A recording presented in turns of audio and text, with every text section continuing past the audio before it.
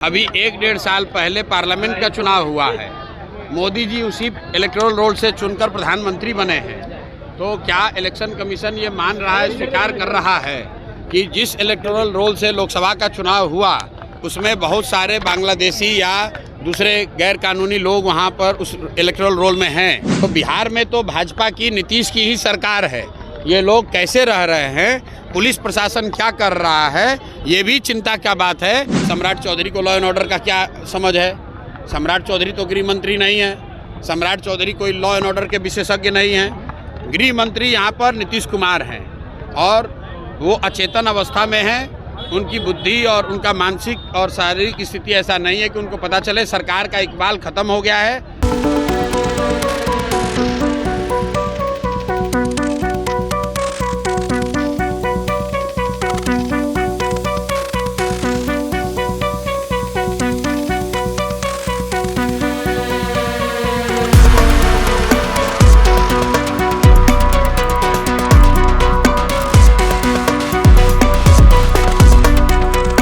जनसुराज के सूत्रधार प्रशांत किशोर आज बिहार बदलाव यात्रा के तहत सहरसा, मधेपुरा और खगड़िया के दौरे पर हैं। सहरसा के सौर बाजार में पत्रकारों से बातचीत करते हुए उन्होंने नीतीश सरकार पर गंभीर सवाल उठाए और पूछा कि भाजपा और नीतीश कुमार बताएं कि उनकी सरकार के दौरान नेपाल और बांग्लादेश के नागरिकों का नाम बिहार की मतदाता सूची में कैसे जुड़ गया। नीतीश कुमार को जवाब देना चाहिए कि नेपाल और बांग्लादेश के लोग बिहार के संसाधनों और सुविधाओं का लाभ कैसे उठा रहे हैं। इसके साथ ही उन्होंने उप मुख्यमंत्री और भाजपा नेता सम्राट चौधरी पर हमला बोलते हुए कहा कि उन्हें कानून व्यवस्था की समझ नहीं है और न ही वे राज्य के गृह मंत्री हैं। राज्य के गृह मंत्री नीतीश कुमार हैं और वे अचेत अवस्था में हैं, इसलिए बिहार की कानून व्यवस्था पूरी तरह ध्वस्त हो चुकी है। राज्य में आए दिन हत्या और बलात्कार की घटनाएं हो रही हैं और पुलिस प्रशासन इसे रोकने में पूरी तरह असफल है। सरकार का इकबाल खत्म हो चुका है, ऐसा कहना था प्रशांत किशोर का। आइए देखते हैं इस रैली की कुछ वीडियो और क्या कहा पत्रकारों से, इसकी कुछ वीडियो फुटेज। इलेक्शन कमीशन ने कहा है कि जो सर्वे हो रहा है उसमें पता चला है कि बहुत सारा नेपाली, म्यांमार के और बांग्लादेशी लोग हैं, सबका नाम कटेगा। ऐसा है, इलेक्शन कमीशन ने रिवीजन की प्रक्रिया शुरू की है। अगर वो बता रहे हैं कि इसमें नेपाली, बांग्लादेशी हैं तो ये बड़े चिंता की बात है, क्योंकि इसी इलेक्टोरल रोल से अभी 1-1.5 साल पहले पार्लियामेंट का चुनाव हुआ है। मोदी जी उसी इलेक्टोरल रोल से चुनकर प्रधानमंत्री बने हैं। तो क्या इलेक्शन कमीशन ये मान रहा है, स्वीकार कर रहा है कि जिस इलेक्टोरल रोल से लोकसभा का चुनाव हुआ उसमें बहुत सारे बांग्लादेशी या दूसरे गैर कानूनी लोग वहाँ पर उस इलेक्टोरल रोल में हैं।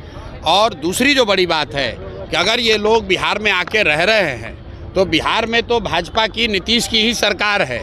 ये लोग कैसे रह रहे हैं, पुलिस प्रशासन क्या कर रहा है, ये भी चिंता का बात है। और कहीं ना कहीं नीतीश सरकार को जवाब देना चाहिए कि इतने लोग, जो इलेक्शन कमीशन कह रहा है, सरकार की संस्था कह रही है, सरकार की संवैधानिक संस्था कह रही है कि बहुत सारे नेपाली, बांग्लादेशी यहाँ पर आके रह रहे हैं और उन्होंने इलेक्टोरल रोल में बाकायदा अपना नाम लिखवाया है।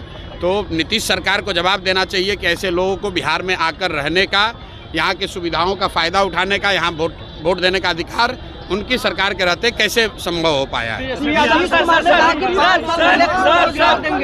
यादव ने आरोप लगाया है कि जो सुप्रीम कोर्ट का आदेश था उसको इलेक्शन कमीशन फॉलो नहीं कर रहा है। देखिए, तेजस्वी यादव क्या कह रहे हैं, नहीं कर रहे हैं, उसका कोई बहुत महत्व नहीं है। महत्व इस बात का है कि इलेक्शन कमीशन अगर इलेक्शन लिस्ट को, इलेक्टोरल रूल को, लिस्ट को ठीक कर रहा है तो इनकी ये जिम्मेवारी है कि हर वो नागरिक जो 18 साल से ज़्यादा उम्र का है और उसके पास वोट देने की योग्यता है, उसको वोट देने का अधिकार मिलना चाहिए, उसका नाम नहीं काटा जाना चाहिए।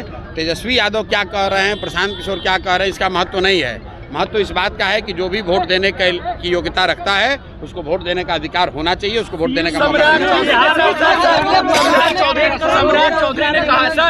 सम्राट चौधरी ने कहा है कि बिहार में लॉ एंड ऑर्डर की स्थिति बिल्कुल ठीक है, आपसी मतभेद के कारण ये हत्याएं हो रही है। सम्राट चौधरी, लॉ एंड ऑर्डर पर सम्राट चौधरी का बोलना ऐसे ही है जैसे मैं क्वांटम फिजिक्स पे अगर कुछ बोलने लगूं। भाई, सम्राट चौधरी को लॉ एंड ऑर्डर का क्या समझ है? सम्राट चौधरी तो गृह मंत्री नहीं है। सम्राट चौधरी कोई लॉ एंड ऑर्डर के विशेषज्ञ नहीं हैं। गृह मंत्री यहाँ पर नीतीश कुमार हैं और वो अचेतन अवस्था में हैं। उनकी बुद्धि और उनका मानसिक और शारीरिक स्थिति ऐसा नहीं है कि उनको पता चले। सरकार का इकबाल खत्म हो गया है, जिसको जो मन आ रहा है वो कर रहा है। पूरे सरकार को 3-4 अधिकारी और 4-5 उगाही मंत्री चला रहे हैं, इसीलिए पूरे बिहार में ये दुर्दशा की स्थिति है।